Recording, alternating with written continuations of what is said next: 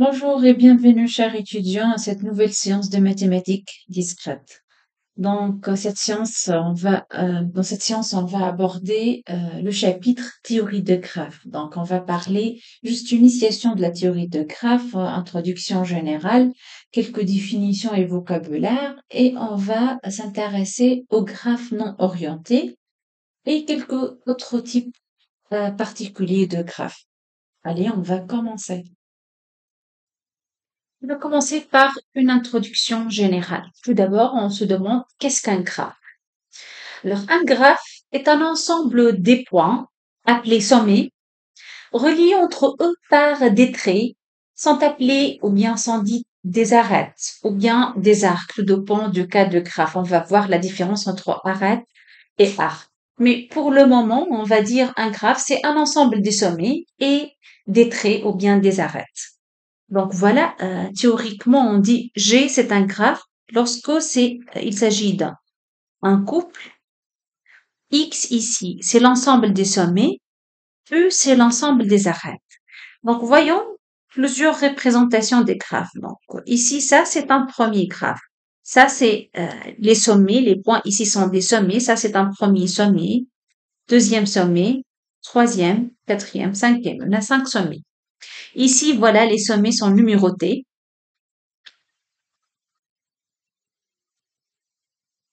Même chose là, ici on a utilisé des lettres pour désigner les sommets A, B, C, D, E et F. Donc voilà la représentation des arcs. Peut-être maintenant on pose la question à quoi sert de faire de calculs de mathématiques sur des graphes. Donc dans la réalité, on peut représenter beaucoup de phénomènes à l'aide des graphes. Par exemple, en informatique. Un réseau informatique est un gigantesque graphe.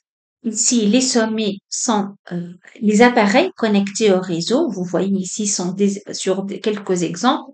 Ici, ça, c'est sommet, sommet, sommet. Ce sont les sommets. Ça encore, c'est un sommet. Donc, les sommets là sont les appareils connectés.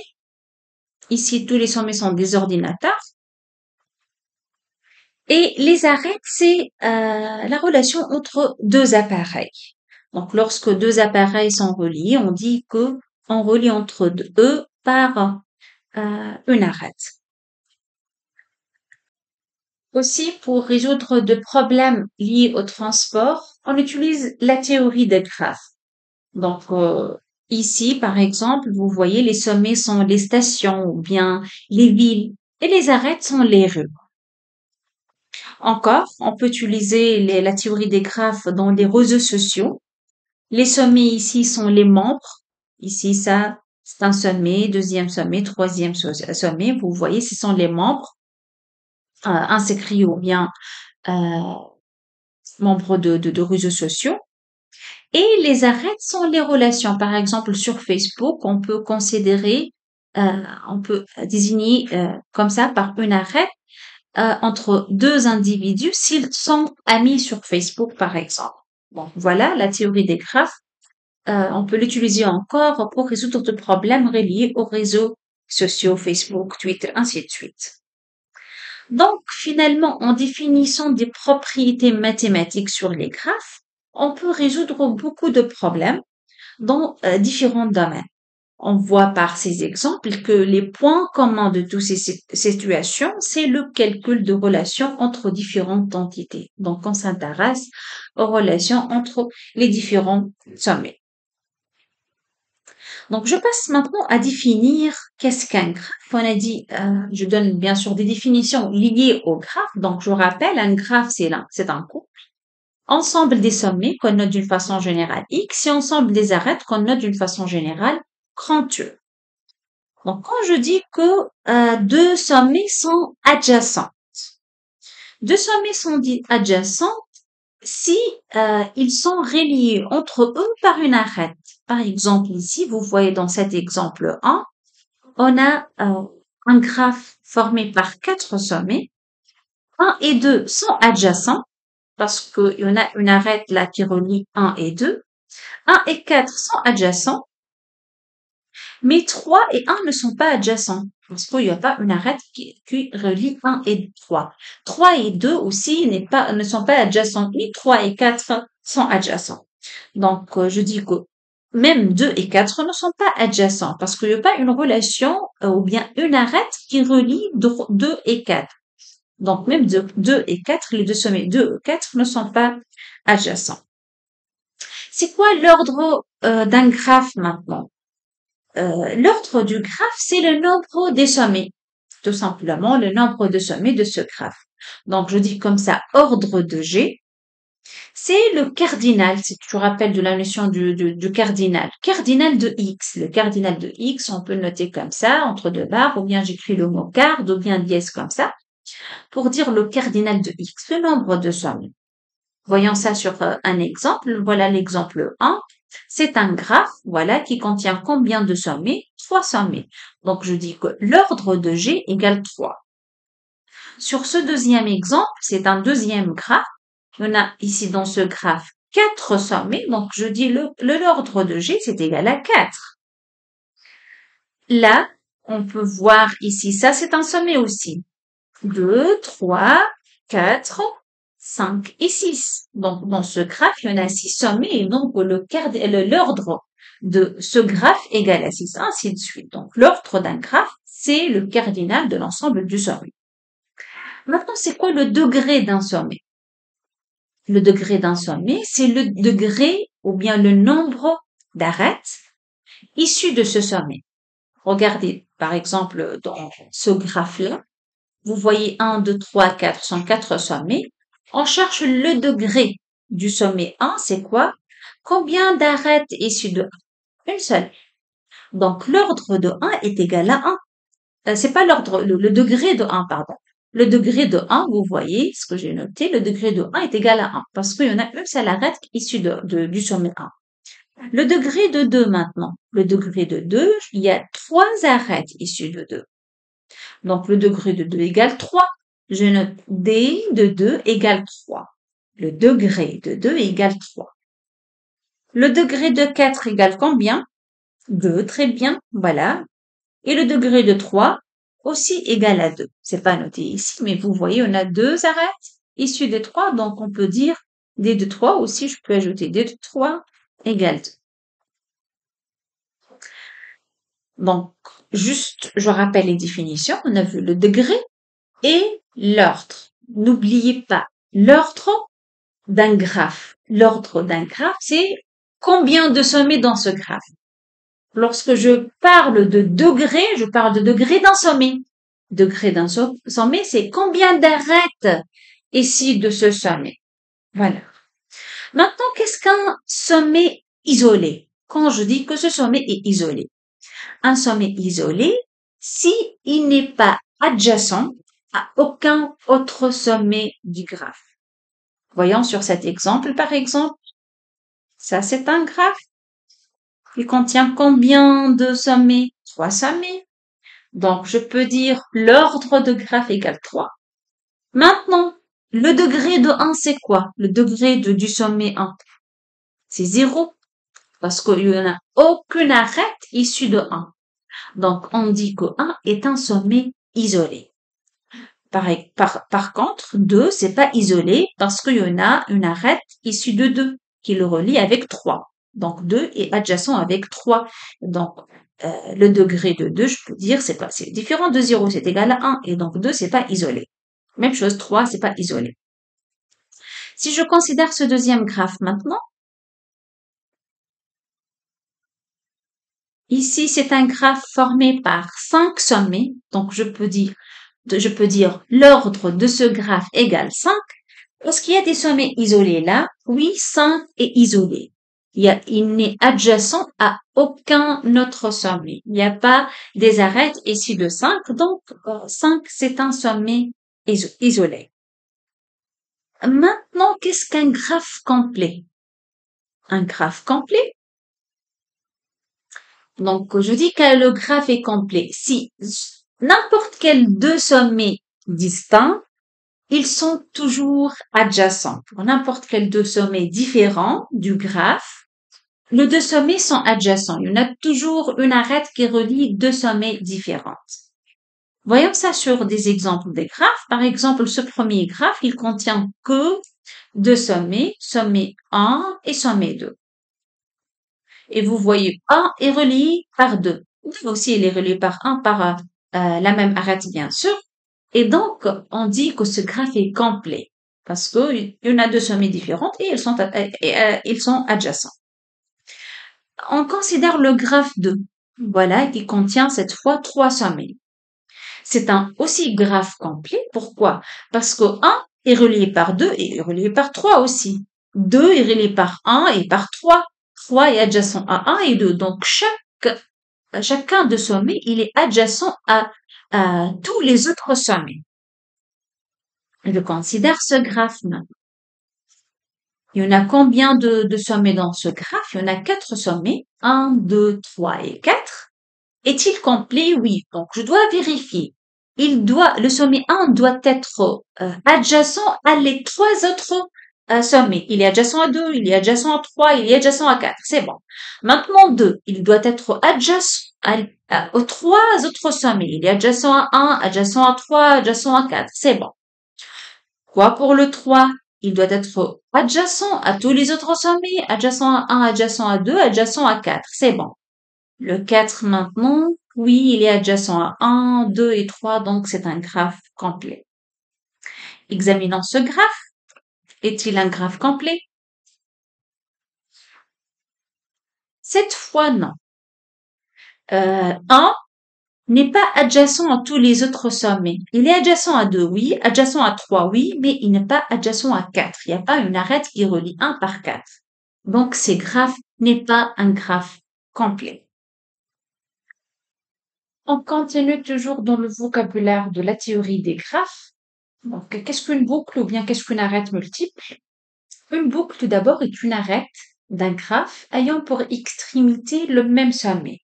Regardez là, bon, dans le reste du cours, du cours, on va pas parler euh, de boucles ou bien on va considérer des graphes simples, c'est-à-dire il n'y a pas des boucles et il n'y a pas des arêtes multiples, mais juste pour savoir les choses, voilà, une boucle, c'est une arête finalement qui relie, par exemple, dans cet exemple, le sommet 2 par lui-même. Donc, on appelle ça une boucle.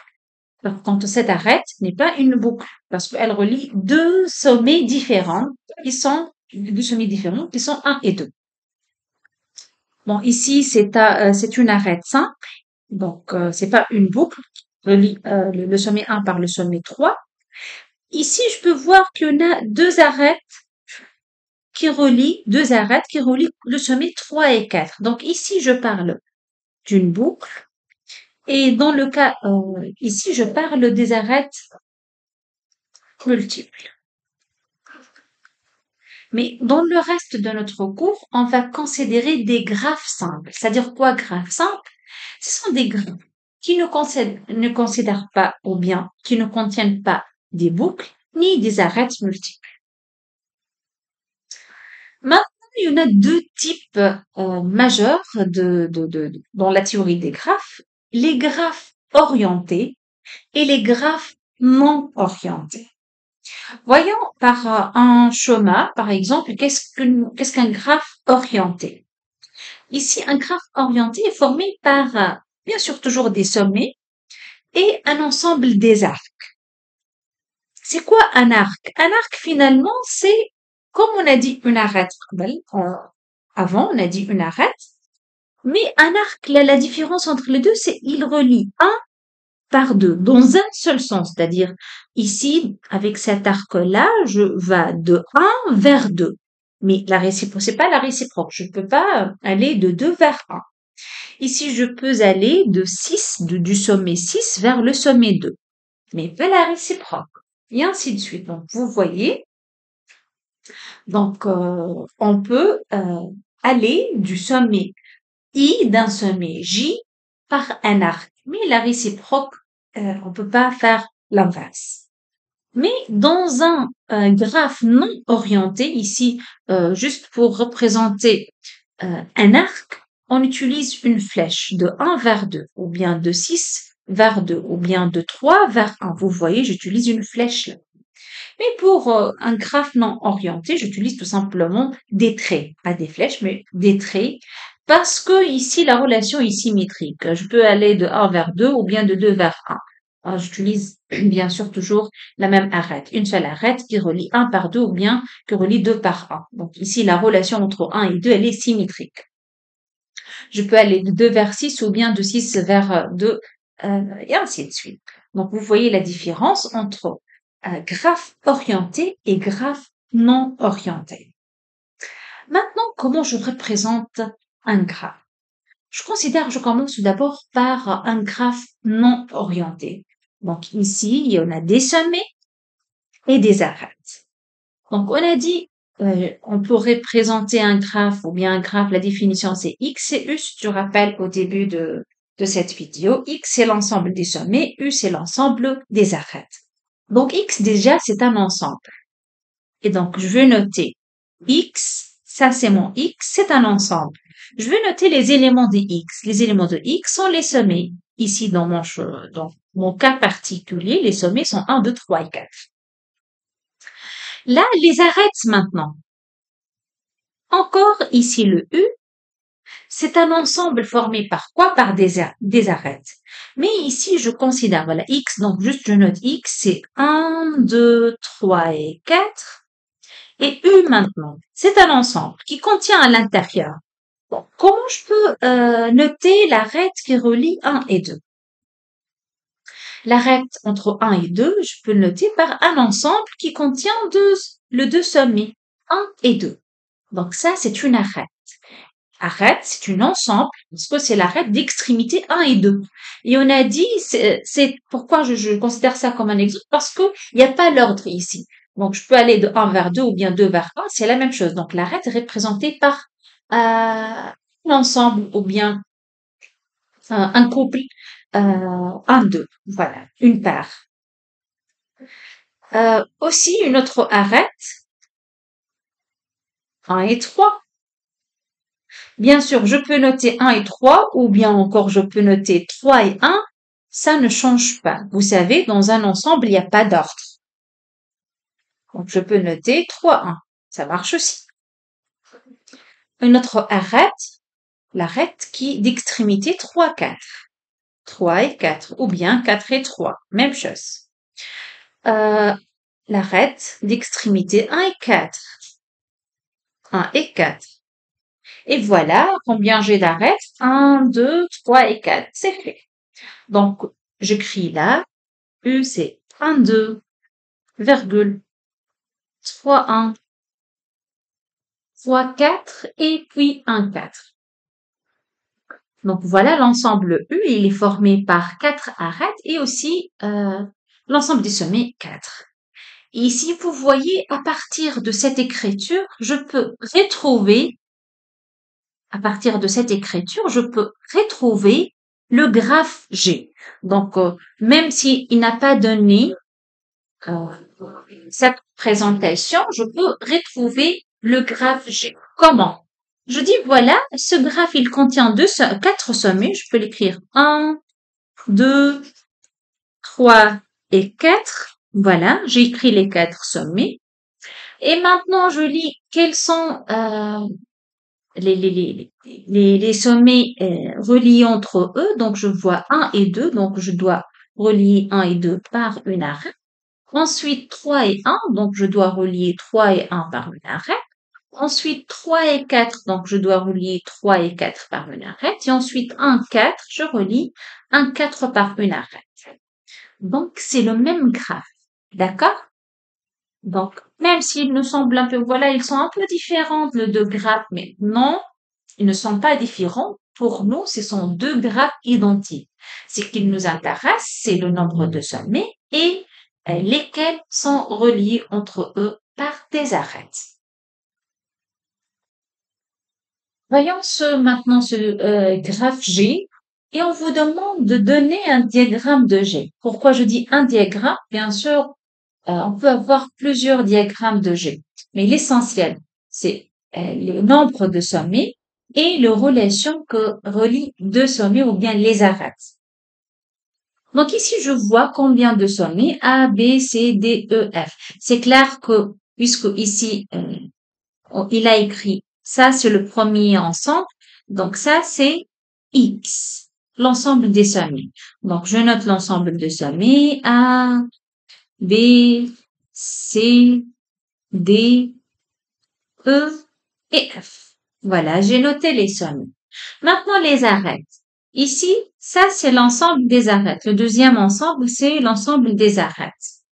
Et à l'intérieur, dans cet ensemble, ici, c'est la première arête, une deuxième arête, troisième arête, ainsi de suite. On a combien d'arêtes? 1, 2, 3, 4, 5 arêtes. Donc, on a une arête qui relie A et B. Donc, voilà, A et B sont adjacents. Une arête qui relie A et D. Donc, A et D sont adjacents. Une arête qui relie A et E. Voilà, donc A et E sont adjacents. A et C aussi. D et E. Et voilà notre graphe G. Donc voilà, juste, vous voyez, lorsque je prends un diagramme de G, ça sera plus clair. C'est mieux de considérer comme ça plusieurs symboles dans la première écriture. Donc cette représentation mathématique, elle est claire, mais on voit mal avec cette représentation mathématique. On voit mieux avec les diagrammes. Donc je peux dire, juste pour résumer, l'ordre de ce graphe G, c'est combien? Je rappelle, l'ordre de G, c'est combien de sommets? On a dit, on a 6 sommets. Le degré de A, c'est combien? Voilà. 1, 2, 3, 4. On a 4 arêtes issues de A. Donc, le degré de A égale à 4. Le degré de C, 1. Une seule arête issue de C. Que pensez-vous de sommet F? F est un point isolé. Et est-ce que ce graphe est orienté? Non, parce qu'on ne voit pas des flèches. Alors, ça, c'est pas orienté. Donc, ça, c'est un diagramme non orienté. Maintenant, pour le cas d'un graphe orienté, mathématiquement, comment je peux représenter un graphe orienté? Donc, toujours ici, X, c'est l'ensemble des sommets. Et U, maintenant, l'ensemble des arêtes, ou bien on dit des arcs. Dans le cas d'un graphe orienté, je dis un arc. Un arc relie le sommet A, 1 vers 7. Le sommet 2 vers 7. De 7 vers 4. Donc ici, l'arête a un sens d'un sommet vers un autre. Donc on parle d'un arc. Donc X ici, c'est l'ensemble des sommets. Donc c'est un ensemble qui contient tous les sommets qui sont 1, 2, 3, 4, 5, 6 et 7. C'est clair pour l'ensemble des sommets. Pour l'ensemble des arcs maintenant. Si j'écris comme ça 1, 2, ça c'est un ensemble qui contient 1, 2. Et vous savez, dans la théorie des ensembles, on a dit il n'y a pas de différence si j'écris l'ensemble 1, 2 ou bien si j'écris l'ensemble de 1 finalement. C'est comme si un sac qui contient 2 éléments. L'ordre n'est pas important.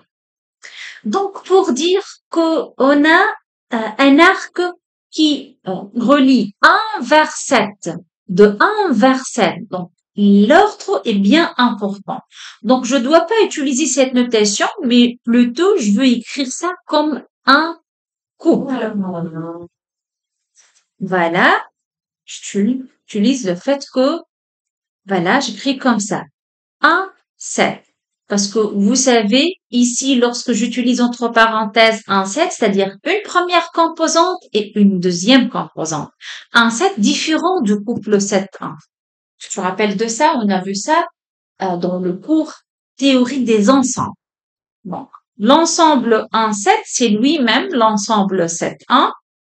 Le couple 1-7 différent du couple 7-1. Donc ici, dans les graphes orientés, pour représenter les arcs, on utilise des couples. Donc elle est en continu. Donc le premier arc relie donc dans le sens 1, 7. Ensuite, je peux dire 7, 4, 2, 7, 4, 5, 4, 5, encore 5, 3. Donc, voilà, 5, 3. Et ensuite, 3, 6. Voilà l'ensemble des arcs. Donc, juste pour vérifier, on a un arc de 3, 4, 5 et 6. Donc, je dois écrire ici 6 arcs. 1, 2, 3, 4, 5 et 6. C'est bon, le compte est bon. Donc, voilà comment représenter un graphe orienté. Maintenant, si je te donne un exercice et c'est à vous de donner le diagramme du graphe et de savoir est-ce qu'il s'agit d'un graphe orienté ou pas. Voilà deux graphes différents. On va commencer par le graphe G. On va essayer de déterminer un diagramme pour G. Je dis toujours un diagramme parce qu'on a dit chacun peut représenter G d'une manière différente, mais juste ça semble différent, mais l'essentiel c'est les sommets et la relation entre les sommets. Allez, on va voir. Pour G, combien de sommets? On a 3 sommets. 1, 2 et 3. Voilà, vous voyez ça, c'est X, l'ensemble des sommets. Maintenant, ça, c'est E. Comment savoir s'il s'agit d'un graphe orienté ou pas? Par exemple, ici, 1, 2, c'est une arête ou bien un arc? Puisque c'est représenté comme ensemble, donc l'ordre n'est pas important et donc c'est une arête. Donc, il n'y a pas de flèche, voilà juste un trait. Donc, 2, 3, encore c'est un ensemble, donc voilà, 2, 3. Et voilà un diagramme pour G. Bien sûr, quelqu'un d'autre, il peut écrire comme ça les choses. Et donc, il va avoir une relation entre 1 et 2, donc c'est comme ça. Une relation entre 2, 3, c'est comme ça. Et donc, il semble qu'ils sont deux diagrammes différents, ou bien ce sont deux graphes différents, mais il s'agit bien du même graphe. Pour G' maintenant, on cherche un diagramme pour G'. Allez, combien de sommets? 1, 2, 3, 4. Bon, l'ordre de G, je peux dire l'ordre c'est 4. 1, 2, 3 et 4. Maintenant, ça c'est l'ensemble des sommets, c'est bon. Le deuxième ensemble est formé par des arêtes ou bien des arcs? Ils sont des arcs là parce que chaque arc est représenté comme un couple. Donc ici, la première composante c'est 1, la deuxième c'est 2. Et donc, c'est un graphe orienté de 1 vers 2, le premier arc. Le deuxième arc de 4 vers 3, dans ce sens-là. Le troisième arc de 3 vers 2, voilà. Et voilà un diagramme pour G'. Donc, à l'aide de distinction entre les ensembles et le NE-play, le couple, je peux savoir si un graphe est orienté ou bien il est non orienté. Dans la suite de cette vidéo, on va s'intéresser au graphe non orienté. Bon, je rappelle la définition de degré et je donne encore la définition d'une chaîne. Donc, le degré d'un sommet tout d'abord. C'est quoi le degré d'un sommet? Donc, je commence la définition. Degré d'un sommet parce qu'on va voir après degré du graphe. Donc, juste, je rappelle le degré d'un sommet tout d'abord. Qu'est-ce qu'on a dit? Donc, on appelle degré, on note D de S, avec S est un sommet. Le degré d'un sommet S. Donc, le degré d'un sommet S est noté de S, et c'est le nombre qu'on a dit, et le nombre d'arêtes dont le sommet S est une extrémité. Bon. Le sommet S est une extrémité. On calcule combien d'arêtes issues de S et voilà, ça c'est le degré d'un sommet. Maintenant, tout d'abord, avant de donner la définition de degré d'un graphe, Donc, je donne un théorème ou bien un lemme appelé le lemme des poignées de main. Il dit quoi ce lemme? Donc, c'est une proposition, là. Je peux dire, donc je vais écrire proposition ou bien lemme. Proposition. Et c'est un lemme très connu sous le nom lemme des poignées de main.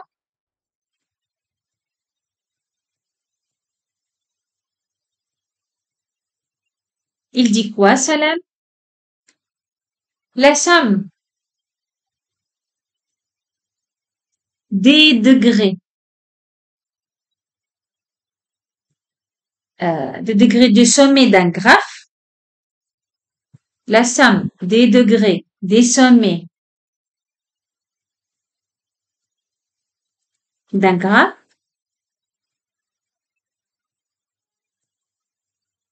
est égale à 2 fois,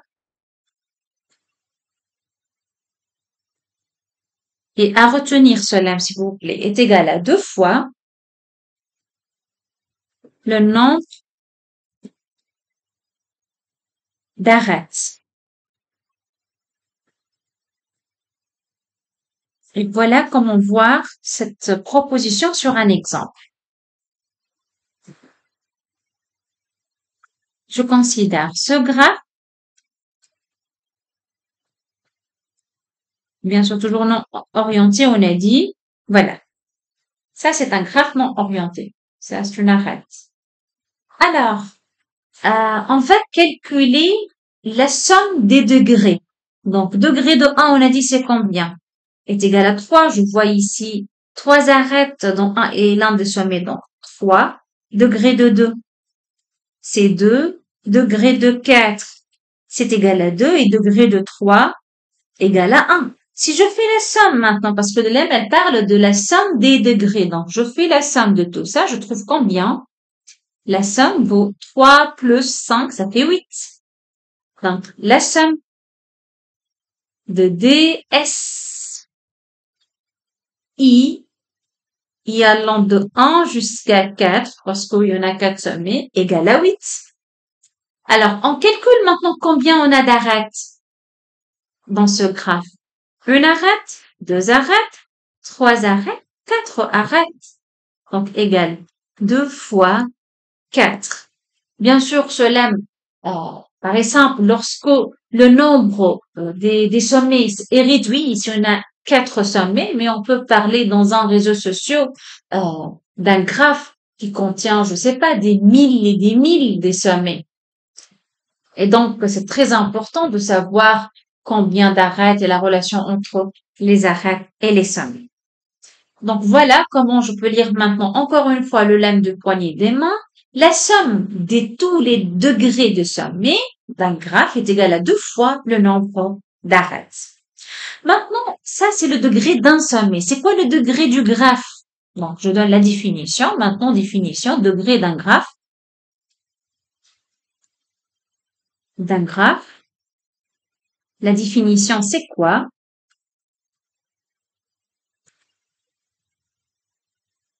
Le degré d'un graphe est le degré maximum de tous ces sommets. Donc, j'écris le degré d'un graphe et le degré maximum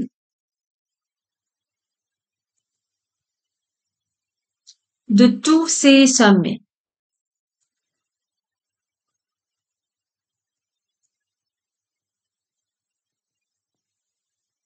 Par exemple, dans le graphe précédent, le degré de G, le graphe ici, je parle de degré de graphe, c'est le maximum de degrés de sommet. Ici 3, ici 2, c'est 1, donc le degré du graphe, c'est 3, le maximum. Ça, c'est par définition le degré d'un graphe. Si on veut déterminer le degré du graphe suivant, on va chercher le degré de chaque sommet. Donc même soit oralement comme ça, ou bien je note le degré de chaque sommet. Le degré de 1, c'est combien? Je vois 4 arête d'extrémité 1, donc 4. Le degré de 4, c'est 2. Le degré de 5, c'est 3. Le degré de 3 égale 3. Et le degré de 2 égale 2. Donc, le maximum, c'est quoi? C'est 4. Donc, le degré du graphe G, si je note ce graphe G, le degré de G égale le maximum, c'est-à-dire 4. Si je considère un deuxième exemple, où les degrés de sommet sont égaux. Par exemple, voilà, je considère 1, 2, 3, 4. Voilà le graphe suivant. Maintenant, le degré de 1 égale 2. Le degré de 2 égale 2. Le degré de 3 aussi et 4 la même chose.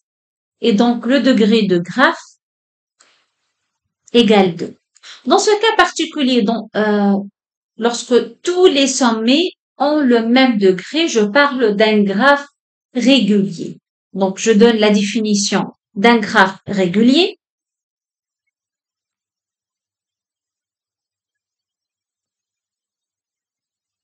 Qu'est-ce qu'un graphe régulier?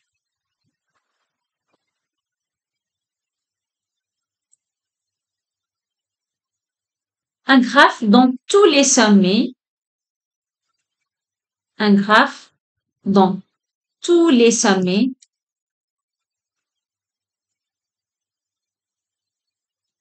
ont le même degré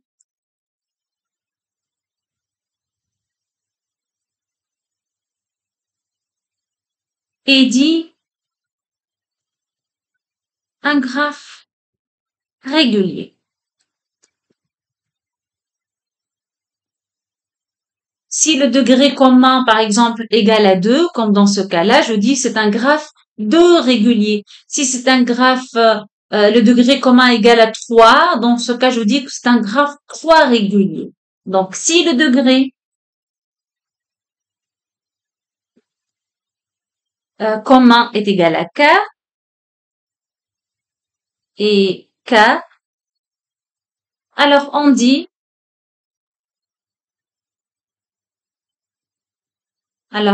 que le graphe est k régulier.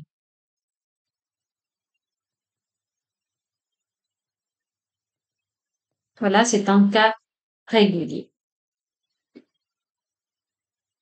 Si je donne un exercice, si je vous demande de représenter un graphe 3 régulier, voilà, essayez de faire cet exercice.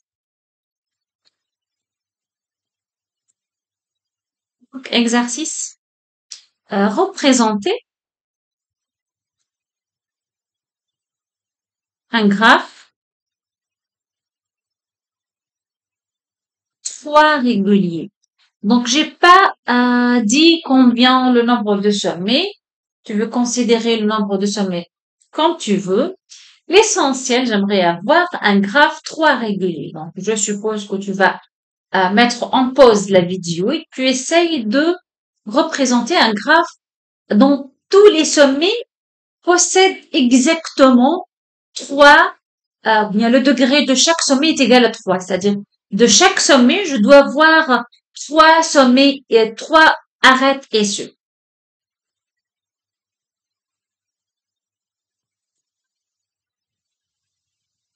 Si par exemple, tu vas considérer uniquement 2 sommets, il est impossible d'avoir un graphe 3 régulier parce qu'au maximum, on va avoir un seul ou bien une seule arête. Donc, on doit peut-être 3. Même avec 3, regardez, on va relier 1 par 2 et 1 par 3. Où est la troisième arête? 4. Maintenant, je peux avoir 1. Voilà, ça, le degré de 1, c'est égal à 3. Même chose pour 2.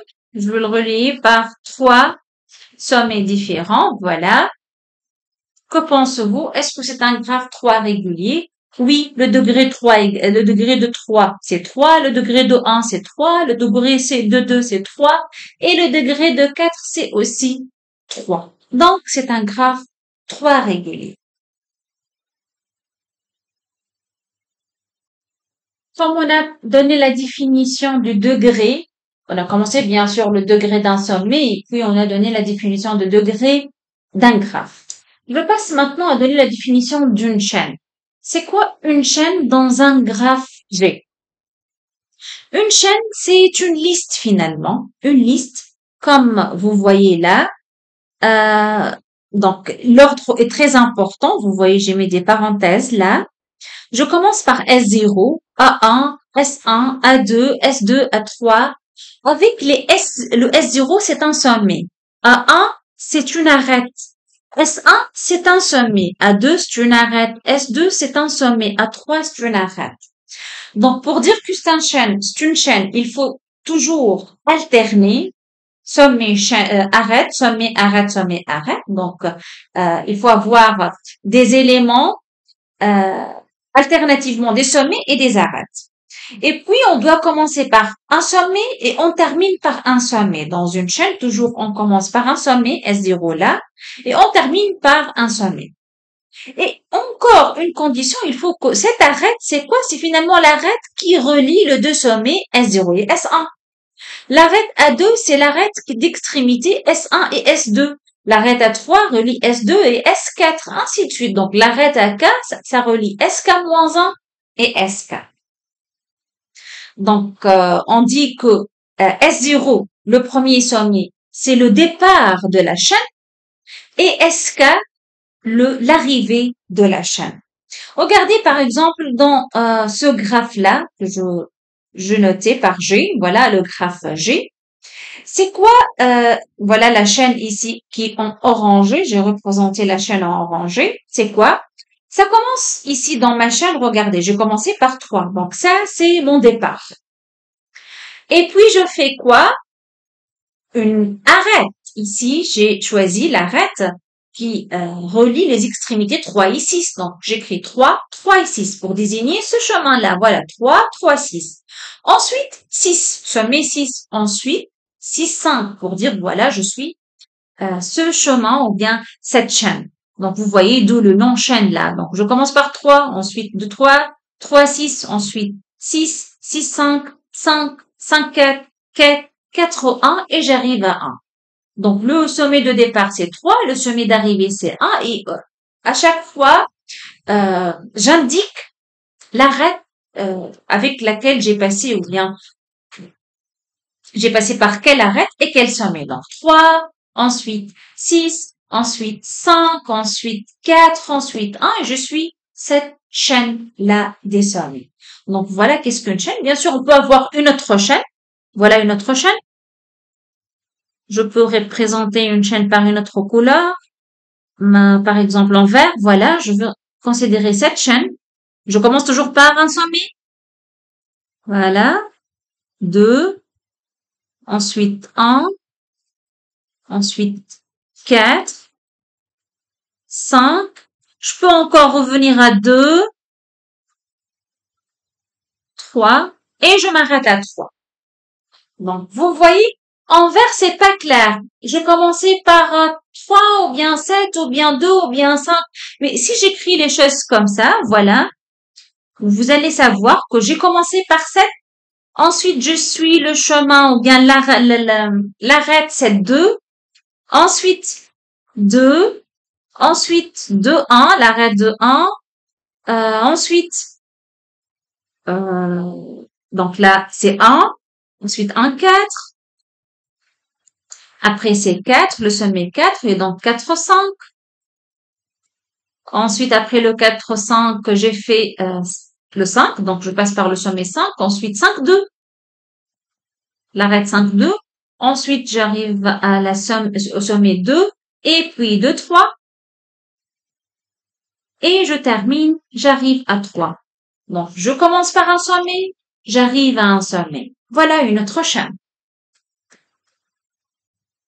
Dans un graphe, on dit que le sommet S' est accessible à partir du sommet S s'il existe une chaîne menant de S à S'. Donc, j'écris la définition. Qu'est-ce que un sommet accessible? Donc, dans un graphe,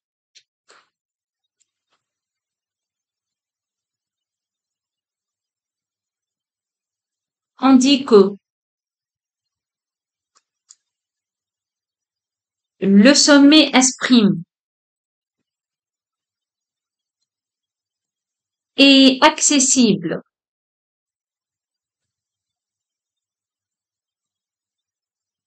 à partir du sommet S s'il existe une chaîne menant de S à S'. C'est-à-dire quoi?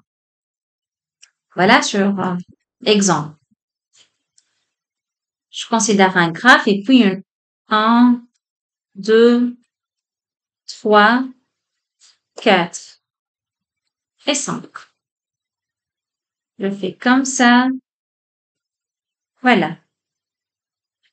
Et donc là, est-ce que le sommet 1 est accessible ou pas?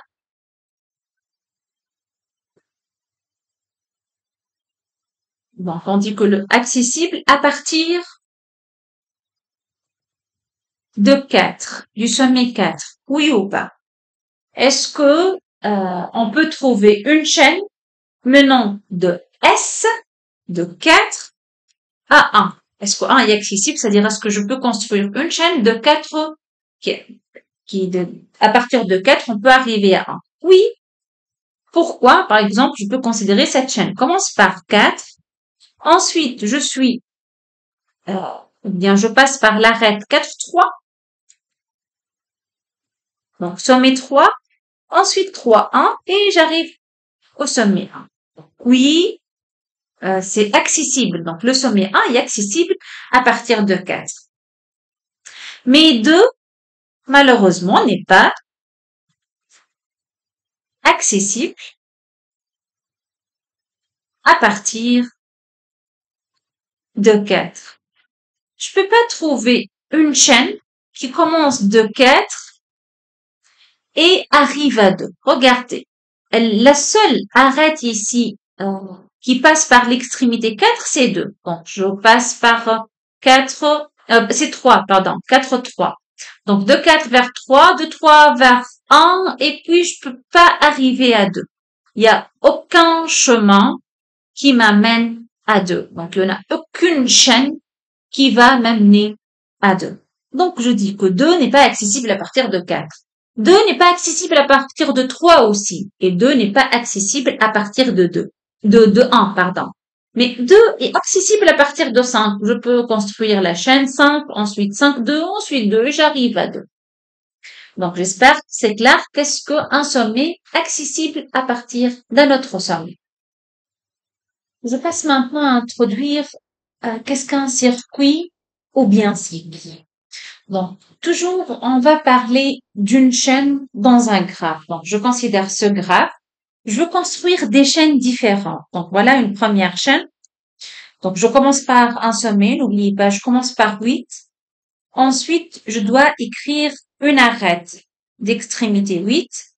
Et là, j'ai une seule arête d'extrémité 8 qui est 8, 1. Ensuite, je mentionne le sommet 1. Ensuite, une arête d'extrémité 1. Bon, j'ai le choix ici, soit 1, 2, soit 1, 7, comme vous voyez. Je vais choisir 1, 7. Après 7, 7, 6, c'est un choix. Bien sûr, je choisis là une chaîne. 7, 6 et là 6. Ensuite, 6, 3. Ensuite, 3. Ensuite, 3, 2. Ensuite, 2. Et 2, 1. Et après 1, ensuite, je termine par 1, 8 et 8. Qu'est-ce que vous avez remarqué? Le départ, c'était 8 et l'arrivée aussi, c'était 8. Voilà ma chaîne. Je peux la présenter par une autre couleur, par exemple en jaune. J'ai commencé par 8, ensuite l'arête 8, 1, et puis le sommet 1, ensuite l'arête 1, 7, cette arête-là, le sommet 7, ensuite 7, 6, 6, et puis l'arête 6, 3. Donc, voilà ma chaîne là. 3, ensuite 3, 2, 2, Ensuite, de 1, vous voyez, j'ai passé encore une fois par 1, de 1, et ensuite de 1 à 8, et je me retrouve encore une fois en 8. Donc, c'est une chaîne qui commence de 8. Le départ, c'est le sommet 8, et l'arrivée aussi, c'est le sommet 8. Donc, lorsque une chaîne commence par 8 et arrive par 8, ou bien une chaîne commence d'un sommet S et arrive au même sommet S, dans ce cas, j'appelle cette chaîne un circuit. Donc, qu'est-ce qu'un circuit? C'est une chaîne dont le départ et l'arrivée coïncident. Ici, je parle d'une chaîne de longueur n, c'est-à-dire quoi la longueur de la chaîne? Je dois mentionner ici, la longueur de la chaîne, c'est le nombre, donc, c'est le nombre d'arêtes que le compte dans la chaîne. Maintenant, si j'ai une chaîne qui commence et se termine par le même sommet, c'est-à-dire un circuit, et aussi tous les sommets sont différents, donc les sommets sont 2 à 2 différents et les arêtes sont aussi 2 à 2 différentes. Dans ce cas, je parle d'un cycle. Donc un cycle, c'est une chaîne commence par un sommet et se termine par le même sommet, et aussi il n'y a pas des sommets qui se répètent, c'est-à-dire tous les sommets dans un circuit sont différents et toutes les arêtes sont différentes. Donc, je donne un exemple d'un circuit dans ce graphe. Je peux considérer le même graphe. Donc, je peux effacer ce que j'ai là, cette chaîne. Je vais effacer cette chaîne et je vais construire un circuit.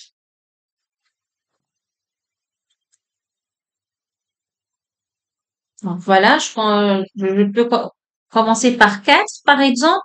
Donc, pour qu'il soit un circuit, bien sûr, je dois commencer et se terminer par le même sommet. Donc, 4, par exemple, 4, 3, 3, 3, 6, 6, 6, 4, et j'arrive à 4.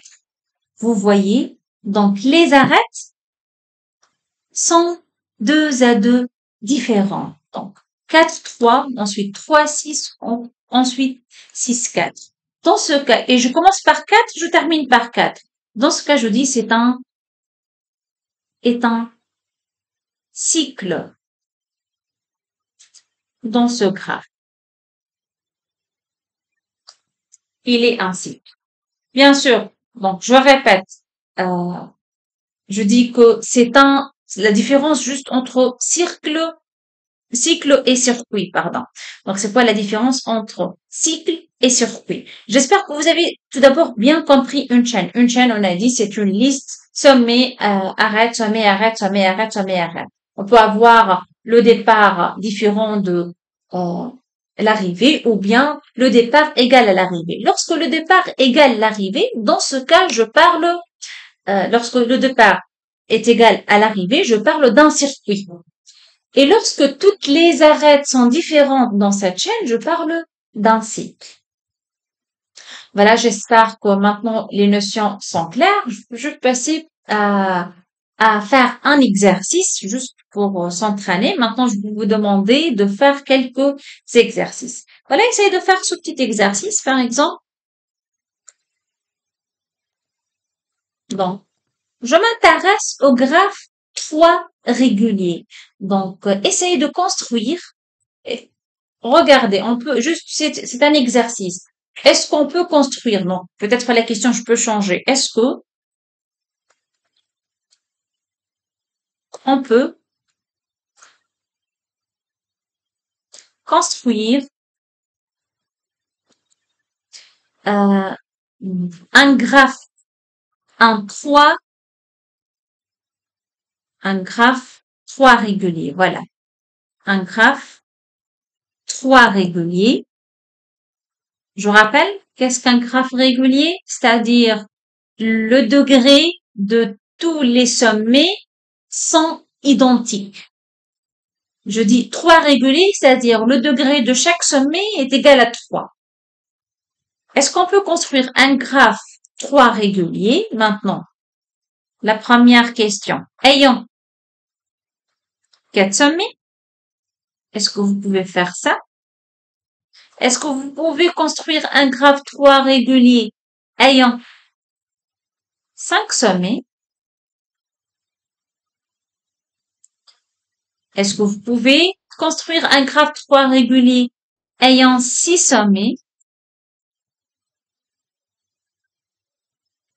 Et la dernière, est-ce que vous pouvez construire un graphe 3 régulier ayant 7 sommets?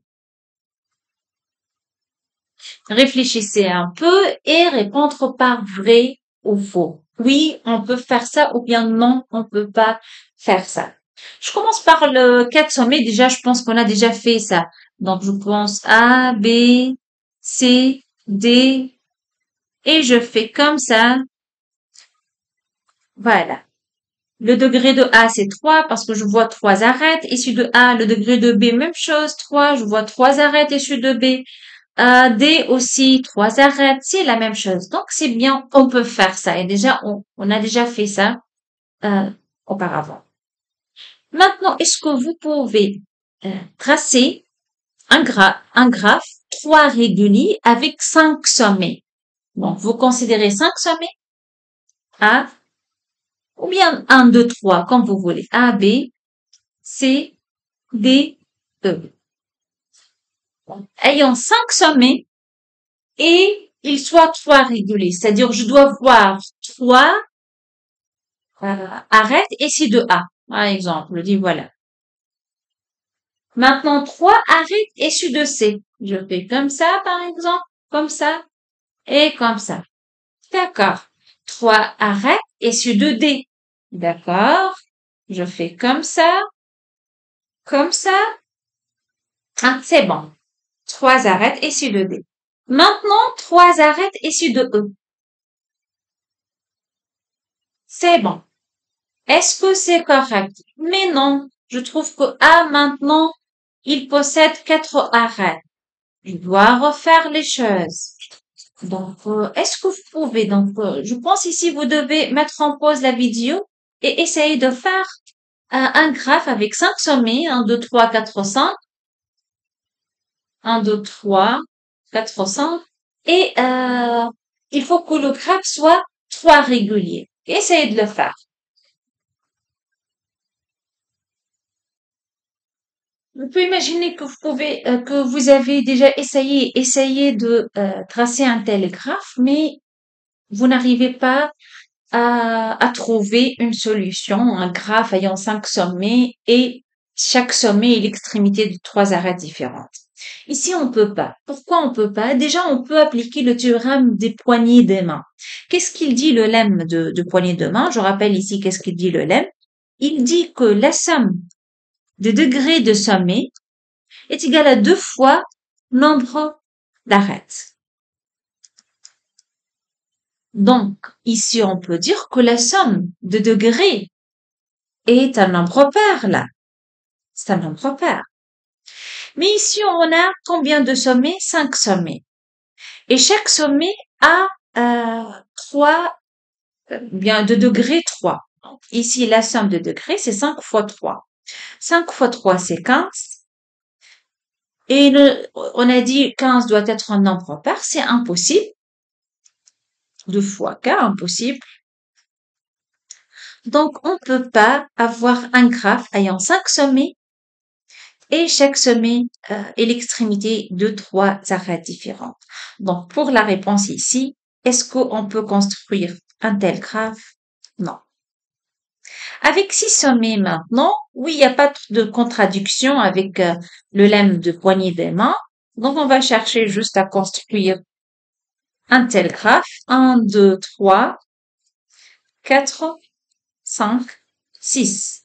Allez, on va essayer ensemble. Donc, je relis par exemple 1 par 2, 1 par 4. Voilà, je fais comme ça. Donc là, chaque sommet, elle possède bien, elle est l'extrémité de 2 arêtes. Donc, je dois ajouter pour chaque sommet une seule arête. Pour chaque sommet, une seule arête. Par exemple, je fais comme ça. Donc, pour les 5 et le 1, c'est bon. Je fais comme ça. Pour le 3 et les 4, c'est bon. Et je fais comme ça pour le 2 et le 6, c'est bon. Donc, vous pouvez vérifier pour chaque sommet, on a 3 arêtes différentes. Bon, oui, là, pour 6, oui. Est-ce qu'on peut construire un graphe 3 régulier ayant 7 sommets? Là, non, on peut utiliser de même le lemme de poignée des mains. Donc, on a dit, il y en a 7 sommets, et chaque sommet, elle est de degré 3. Donc, la somme de tous les degrés, c'est 3 fois 7, égale 2 fois nombre d'arêtes. Ça, c'est toujours vrai. Et donc, il est impossible de construire ou bien d'avoir 21 est un nombre pair. C'est impossible. Donc, on ne peut pas construire un tel graphe. Donc, ça, la réponse est non. Passons à un autre exercice. Répondre par oui ou non. Est-il possible de relier 15 ordinateurs, de sorte que chaque ordinateur ou bien chaque appareil soit relié avec exactement 3 autres? Donc ici, on a 15 ordinateurs. Par exemple, ici on a voilà un ordinateur, là, un autre, ainsi de suite. Et on veut, est-il possible de que chaque ordinateur soit relié par 3 autres? C'est-à-dire quoi relié par 3 autres? Voilà. Chaque ordinateur possède, donc on peut modéliser ce problème avec un graphe. Chaque ordinateur, c'est un sommet. Et la liaison entre 2 ordinateurs, c'est une arête. Et donc, dire on a 15 ordinateurs, c'est-à-dire on a 15 sommets.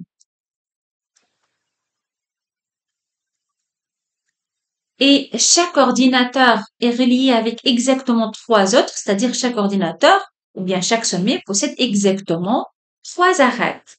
Donc, la somme des degrés. Donc, chaque sommet possède, le degré de chaque sommet égale 3. Donc, la somme de degrés, c'est 15 fois 3. Mais 15 fois 3, c'est un nombre impair. On ne peut pas avoir 15 fois 3 égale 2 fois le nombre d'arêtes. Donc, c'est impossible de répondre à cette condition. On ne peut pas faire ça. Donc, la réponse est non. On a utilisé quel résultat? Le lemme toujours de poignée des mains.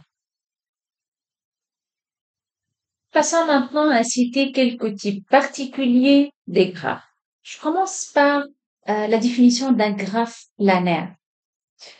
Un graphe est dit planaire si on arrive à dessiner le graphe, à représenter par un diagramme le graphe, sans qu'aucun arête ne coupe une autre. Donc, aucune, plutôt, arête ne coupe une autre. Donc, imaginez, on a des sommets et des arêtes,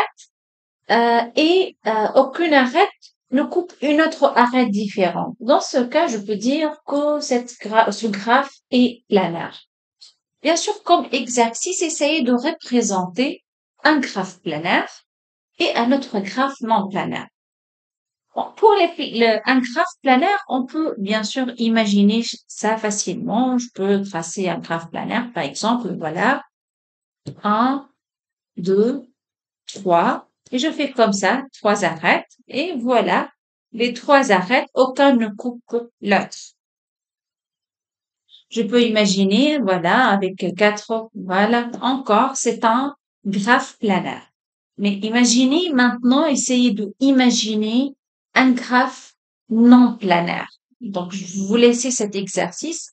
Essayez de imaginer ou bien de représenter par un dessin le graphe ou bien un graphe non planaire. Bien sûr, il faut bien sûr augmenter le nombre de sommets et imaginer qu'on a un graphe non planaire. Mais regardez, par exemple, on peut faire bien sûr 5 comme ça et je fais, voilà, je fais comme ça.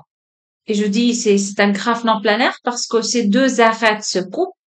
Entre 2, 5 et 1, 3, ces 2 arêtes se coupent.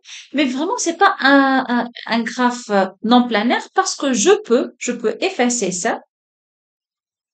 La relation entre 2 et 5, je peux la faire comme ça. Et donc, je peux dessiner, donc j'ai arrivé à dessiner le graphe sans qu'aucune arête ne coupe une autre. Et donc, ce graphe est un graphe planaire. Donc, on a dit, il est dit non planaire lorsque je peux pas dessiner le graphe. Donc, avec n'importe quelle méthode, j'arrive pas à dessiner le graphe sans aucune arête ne coupe l'autre. Donc, juste à faire, essayer de représenter un graphe non planaire. Je passe maintenant à donner la définition, qu'est-ce qu'un graphe connexe? Donc, un graphe, il dit connexe, il est possible de partir de n'importe quel sommet, d'atteindre n'importe quel autre sommet. Par exemple, si je fais comme ça, 1, 2, 3, 4 et 5. Donc, si j'ai les arêtes comme ça, alors, est-ce que je peux tracer une chaîne? Est-ce que je peux avoir une chaîne de 1 jusqu'à 2? Oui, voilà, je fais cette chaîne-là. De 1 jusqu'à 3, oui, je fais cette chaîne-là. De 1 jusqu'à 5, oui, je peux avoir une chaîne qui passe de 1, de départ 1 jusqu'à l'arrivée 5. De 1 jusqu'à 4, oui. De 4 jusqu'à 3, oui. On peut imaginer, on peut voir que de n'importe quel sommet, je peux trouver une chaîne que relie deux sommets différents. Donc ça, c'est un graphe connexe. Mais maintenant, imaginez qu'on a ce graphe-là. Voilà un graphe sous cette forme-là. 1, 2, 3, 4, 5. Donc, regardez, 4 et 5 sont reliés. Est-ce qu'on peut trouver une chaîne qui relie le sommet 1 par le sommet 4? Ici, est-ce que vous pouvez avoir une chaîne de 1 jusqu'à 2 et ensuite de 2 jusqu'à 1 ou bien de 2 jusqu'à 3, je peux arriver à 4. Donc ça, c'est un graphe qui n'est pas connexe. Donc vous voyez, on peut dire cette partie, elle est connexe. Cette partie, elle est connexe. Mais il n'y a pas connexion entre ces deux parties. Vous voyez qu'est-ce qu'un graphe connexe? À partir de n'importe quel sommet, je peux avoir une chaîne jusqu'à arriver à une autre, n'importe quel autre sommet. Donc voilà pour la connexité. J'espère que la définition est claire pour vous. Un graphe est dit connexe si pour n'importe quel deux sommets différents, je peux avoir une chaîne qui relie les deux sommets. Maintenant, qu'est-ce qu'un graphe complet? On a déjà parlé de ça, mais juste, je voulais rappeler qu'est-ce qu'un graphe complet. On a dit un graphe complet si tous deux sommets distincts sont reliés par une seule arête. Donc, n'importe quel deux sommets distincts. Par exemple, si je considère 1, 2, 3, 4 et 5. N'importe quel deux sommets différents doit être relié par une arête. Donc, 1 est relié à tous les autres sommets. 2 aussi, je dois le relier avec les autres sommets. 5, même chose. Donc, je dois relier 5 aussi par 3. Le 4, voilà. Donc, tout le monde, ce sommet doit être relié par les autres sommets, les 4 autres sommets. 2, la même chose. 5, 4, 3. On appelle un tel graphe un graphe complet. Et je note Kn, le graphe complet de d'ordre n. Par exemple, maintenant, si on vous demande dans un exercice dessiner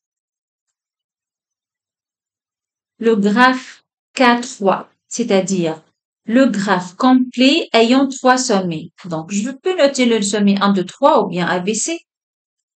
Mais il faut savoir que 2 doit être relié par les deux autres sommets, 1 et 3. Donc, voilà K3. Si je vous demande de dessiner K5, donc il faut savoir que tu dois noter 5 sommets, 1, 2, 3, 4, 5. Il faut que tout sommet soit relié par tous les autres. Voilà. Donc, 2, même chose. 4, de même. 3 aussi. Donc, voilà, je dois avoir tout sommet. Elle possède, bien sûr, elle est l'extrémité de 4 arêtes différentes. Donc, ça, c'est K5. Dessiner K7, si tu veux. K7. Alors, il faut avoir 7 sommets, 1, 2, 3, 4, 5, 6 et 7. Et donc, regardez qu'est-ce qu'il faut faire. Ça, c'est pour le 2, même chose pour le 3. Le 3 maintenant. Ça sera de plus en plus compliqué. Le 4, même chose. 5 et 7. Alors maintenant, vous voyez, ça sera même la représentation par ce diagramme n'est pas si claire. On ne voit pas, imaginez maintenant dessiner qu'à 10 ou bien qu'à 100 même. On peut vous demander parce que on peut utiliser ça pour résoudre de problèmes réels. Et donc, il est très important de savoir, par exemple, si on a un graphe complet, quel est le nombre d'arêtes dans un graphe complet d'ordre n? Juste pour avoir une idée, regardez. Ici, si on a considéré 4 fois, l'ordre de 4 fois, c'est 3. On est d'accord. Mais si je m'intéresse à nombre d'arêtes, qu'on appelle la longueur, là, du graphe. Nombre d'arêtes, c'est combien? D'arêtes. Ici, c'est 3. Lorsque les sommets sont 5, quel est le nombre d'arêtes? On peut le calculer, d'accord, mais il faut savoir comment le calculer. Regardez. Par exemple, de 1, il y en a combien d'arêtes de 1? Il y en a 4, donc je fais 4. Ensuite, pour 2. Maintenant, 2, c'est déjà relié avec 1. Donc, je dois calculer les arêtes de 2 avec les valeurs supérieures à 2. Donc, 2 et 3, 2 et 4, 2 et 5. Donc, plus 3, plus. Maintenant, je m'intéresse aux arêtes issues de 3 et ils ne sont pas mentionnés avant. Donc, 3, déjà, on a calculé la relation entre 3 et 2, cette arête. La relation entre 3 et 1, on a déjà calculé. Donc, je m'intéresse à 3 et 4 maintenant et 3 et 5. Donc, j'ajoute 2. Et maintenant, je change la couleur, plus 2. Plus maintenant la relation entre 4 et 5, plus 1. Donc, ça fait 1, plus 2, plus 3, plus 4. On peut calculer ça. C'est 10. De la même façon, est-ce que vous pouvez calculer le nombre d'arêtes là? Nombre d'arêtes dans ce graphe de K7. On va utiliser le même principe. Ici, je veux commencer par le sommet 1. Le sommet 1, je veux calculer combien d'arêtes issues de 1. Donc, bien sûr, il y en a 6 arêtes parce que 1 est relié par 2, par 3, par 4, par 5, par 6, par 7. Donc, 6 arêtes. Voilà les 6. Donc, je calcule 6. Ensuite, je passe ça, c'est pour S1. Ensuite, je passe à S2. Donc, je dois calculer tous les arêtes d'extrémité 2, mais qui n'ont pas été mentionnées déjà. Donc, déjà, la relation entre 2 et 1, déjà, je l'ai mentionné. Donc, pour S2, donc, je vais mentionner quoi? La relation avec 3, la relation avec 4, 5, 6 et 7. Donc, maintenant, il y en a 5 relations. 5 relations. Maintenant, les arêtes issues ou bien d'extrémité 3 que j'ai pas déjà mentionné. Donc, je dois mentionner la relation entre 3 et 4, 3 et 5, 3 et 6, 3 et 7. Donc, ce sont 4. Ensuite, même chose, si vous avez bien compris, les arêtes d'extrémité 4, bien sûr qu'on n'a pas encore mentionné, c'est 4 et 5, 4 et 6, 4 et 7. Donc, c'est 3 plus 3 plus. Même chose. Maintenant, c'est combien? 5 et 6. 5 et 7. Plus 2. Et finalement, la relation entre 6 et 7, plus 1. Voilà, vous voyez, toutes les arêtes sont colorées. Et juste, je calcule. Vous calculez ça. 1 plus 2 plus 3 plus 4 plus 5 plus 6. Ça fait combien? Ça, c'est 3. Avec 3, ça fait 6, 10 et 11. Ça fait 21. Et donc, d'une façon générale, si on vous demande cet exercice maintenant,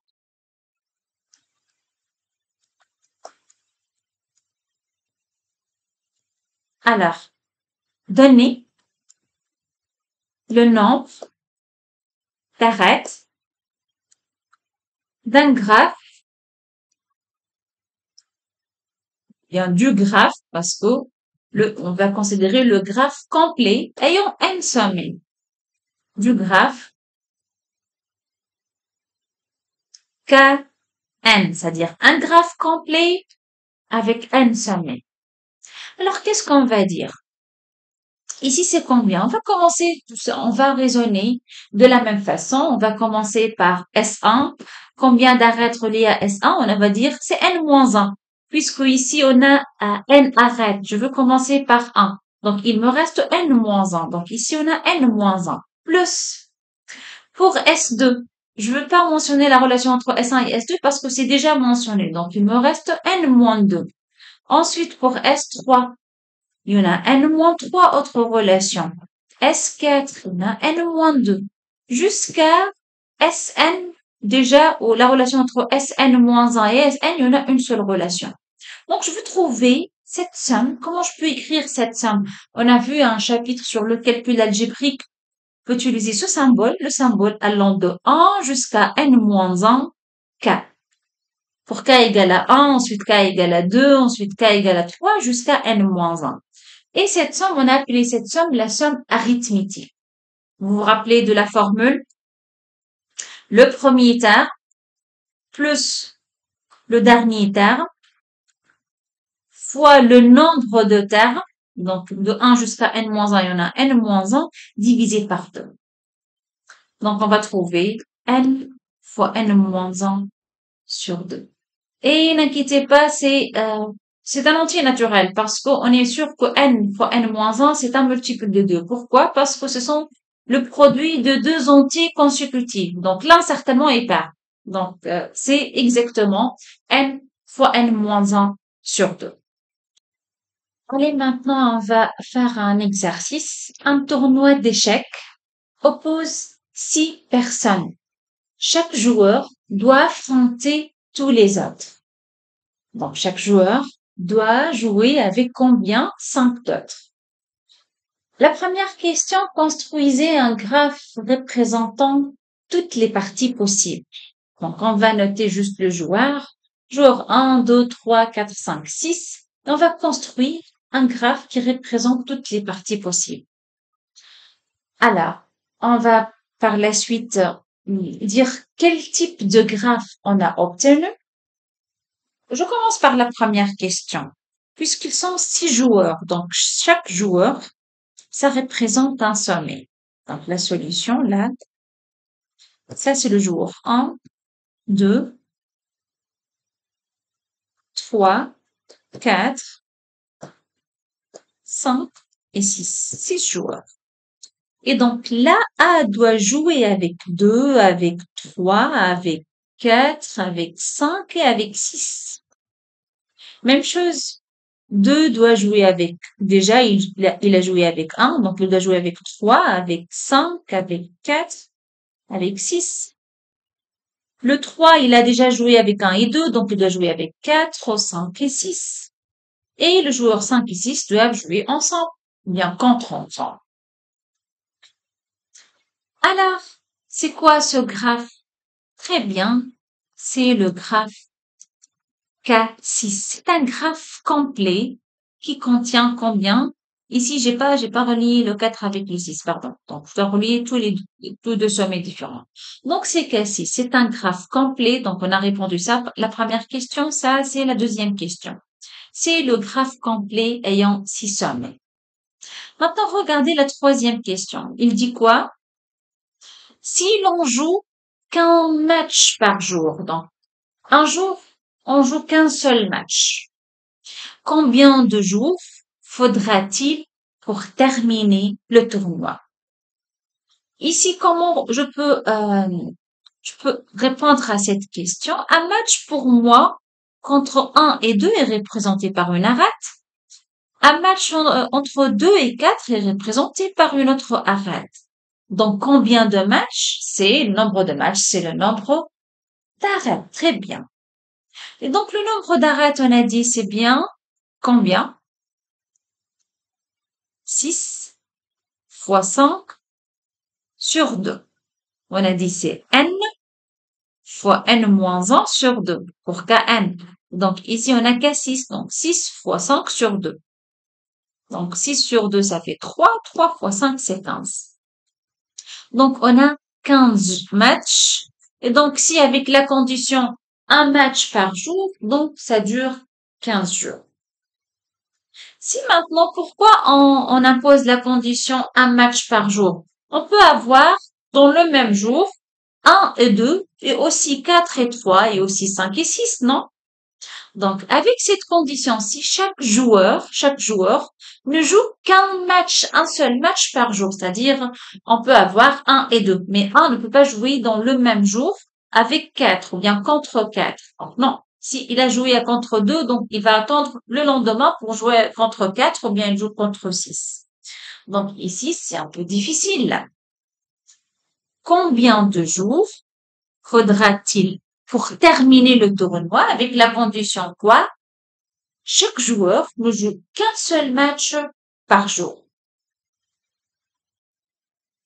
Je suppose que vous avez déjà essayé. Donc, puisque la condition tout joueur ne joue qu'un seul match par jour, donc voilà, dans le premier jour, combien de matchs on peut jouer dans le premier jour? C'est clair que 3. Par exemple, 1 et 2, 4 et 3, 5 et 6. Donc, maximum, on fait 3 matchs par jour. Et donc, dans ce cas, le 1 ne joue qu'un seul match, 2 qu'un seul match. Donc, voilà, pour le premier jour, on va dire, voilà, il y en a 3 matchs. Pour le deuxième jour, maintenant, combien de matchs on peut jouer? Donc, ça, c'est le premier jour. Voilà, en rouge, par exemple, ou bien je change la couleur. Voilà. Ça, c'est le premier rouge. On a joué 3 matchs. Pour le deuxième jour, encore, on peut jouer combien? 3 matchs. Mais on doit changer cette fois. Parce que déjà, il a joué contre le premier joueur, il a joué contre 2, donc par exemple, il joue contre 6. Le 2 joue par exemple, donc contre, il a joué donc voilà, contre 4 par exemple. Et le 3 contre 5. Encore, on a un deuxième jour. Et donc, jusqu'à maintenant, on a fait combien? 6 matchs. En total, il y en a combien de matchs? N'oubliez pas, on a en total 15 matchs. Alors, on continue. Le troisième jour, combien de matchs? 3 encore, très bien. Donc, par exemple, on va choisir 2 et 3, 5 et 1, 4 et 6. Lorsque je dis 2 et 3, c'est-à-dire 2 contre 3, 4 contre 6, 1 contre 5. Voilà. Troisième jour, c'est fait. Donc, vous voyez, je fais quoi? Je repartis 3, arrête, plus 3, arrête, plus 3, arrête. Donc, chaque jour, je colorie 3 arrêtes. Donc, comme si je veux diviser le 15 sur 3 pour savoir combien de jours. Donc, combien de jours à votre avis? C'est combien? Très bien, 5 jours. On peut voir ça bien sûr par coloriage. Donc, on a dit, on a fait jusqu'à maintenant 3 jours. Le quatrième, je peux, par exemple, utiliser le marron. Voilà pour le 1 et le 3, par exemple. Voilà, le 1 et le 3. Le 5 et le 4. Le 5 et le 4. Voilà, le 5 et le 4. Et le 2 et le 6. Ça, c'est le quatrième jour. Et le dernier jour, qu'est-ce qu'il va rester? Le 3 contre le 6, le 2 contre le 5 et le 1 contre le 4. Et comme ça, on parcouru tous les matchs. Donc, 1, 2, 3, 4, 5, ça fait 5 jours.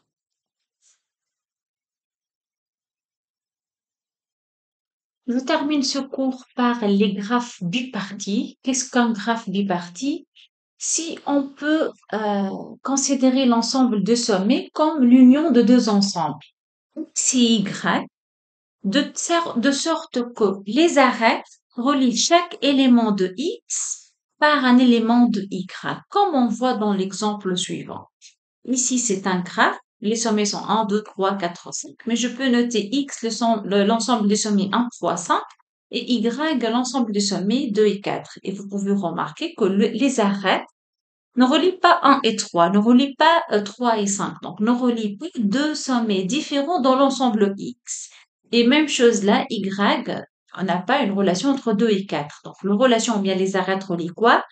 Un élément de X par un élément de Y, un élément de X par un autre de Y, un élément de X par un autre de Y, et ainsi de suite. Donc, dans ce cas, je dis que ce graphe est bipartite, comme si je peux le diviser sur deux parties.